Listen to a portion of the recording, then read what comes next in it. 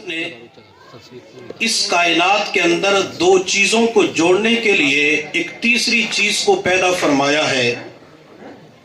کاغذ کے دو ٹکڑوں کو جوڑنے کے لیے اللہ رب العزت نے سمد اور بون کا انتظام فرمایا ہے۔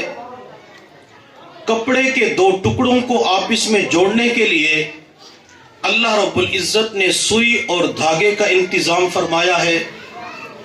دو اینٹوں کو آپس میں جوڑنے اور ملانے کے لیے اللہ رب العزت نے سیمنٹ اور گارے کا انتظام فرمایا ہے۔ لکڑی کے دو ٹکڑوں کو آپس میں جوڑنے کے لیے اللہ رب العزت نے میخ کیل کا انتظام فرمایا ہے۔ لوہے کے دو ٹکڑوں کو آپس میں جوڑنے کے لیے اللہ رب العزت نے ویلڈنگ کا انتظام فرمایا ہے۔ جب اس کائنات کے اندر دو چیزوں کو آپس میں جوڑنے اور ملانے کے لیے کوئی نہ کوئی تیسری چیز موجود ہے، تیسرا کیمیکل فارمولا موجود ہے، تو ذہن کے اندر ایک سوال پیدا ہوتا ہے کہ آخر وہ کون سی چیز ہے جس کی وجہ سے دو انسانوں کے دل جڑ جاتے ہیں، ان دلوں کے اندر الفت محبت پیدا ہو جاتی ہے۔ تو بات سمجھ لیں، دو دلوں کو آپس کے اندر جوڑنے والی تیسرے کیمیکل کا نام اچھے اخلاق ہیں۔ اگر انسانوں کی زندگی کے اندر اچھے اخلاق پیدا ہو جائیں تو اللہ تعالیٰ دو دلوں کو آپس کے اندر جوڑ کر ان کے اندر الفت محبت اور پیار کو پروان چڑھا دیتی ہیں۔ اچھے اخلاق کا مفہوم بہت وسیع ہے۔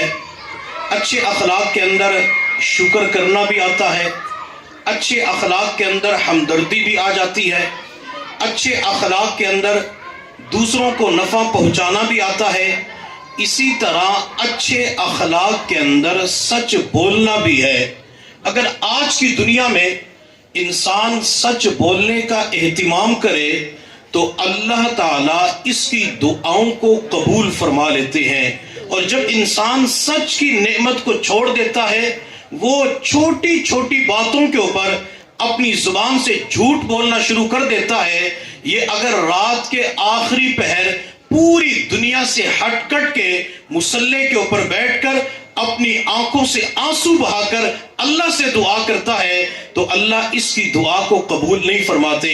اگر یہ سچائی کی صفت کو اپنا کر نماز کے بعد ایک منٹ کے لیے دعا کے لیے ہاتھ اٹھا لیتا ہے اور دعا کرتے اللہ میرے کاروبار میں برکت پیدا فرما، اللہ دعا کو قبول فرما لیتے ہیں۔ بندہ دعا کرتا ہے اللہ میرے بچوں کے مستقبل کو روشن فرما، اللہ دعا کو قبول فرما لیتے ہیں۔ یہ سچائی کی صفت اپنانے والا دنیا کے جس کونے کے اندر چلا جائے، جس جگہ پہ بیٹھ کے دعا کرتا ہے، اللہ اس کی دعا کو شرف قبولیت عطا فرما دیتے ہیں۔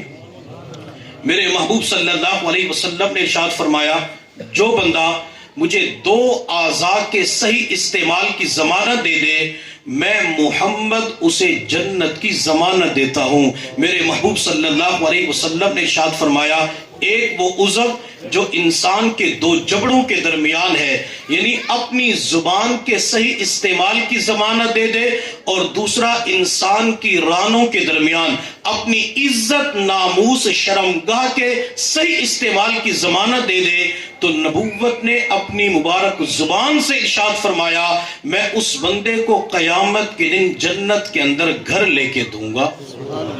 اور دوسری حدیث کے اندر میرے محبوب صلی اللہ علیہ وسلم نے ارشاد فرمایا، اضمنوا لی ستم من انفسکم اضمن لکم الجنہ، تم مجھے 6 چیزوں کے صحیح استعمال کی ضمانت دے دو، میں تمہیں جنت کی ضمانت دیتا ہوں۔ میرے محبوب صلی اللہ علیہ وسلم نے پھر 6 کی تفصیل ارشاد فرمائی کہ جب تم کسی سے وعدہ کرو تو وعدے کو پورا کر لو، تمہارے پاس امانت رکھی جاتی ہے تو امانت کے اندر خیانت نہ کرو، اپنی عزت اور ناموس کی حفاظت کرو، اپنی نگاہوں کی حفاظت کرو، اپنے ہاتھوں کی حفاظت کرو، ان ہاتھوں سے کسی کو نقصان نہ پہنچاؤ۔ اور آخر کے اندر میرے محبوب صلی اللہ علیہ وسلم نے فرمایا، تم اپنی زبان سے سچ کی ضمانت دے دو، میں محمد تمہیں جنت کی ضمانت دیتا ہوں۔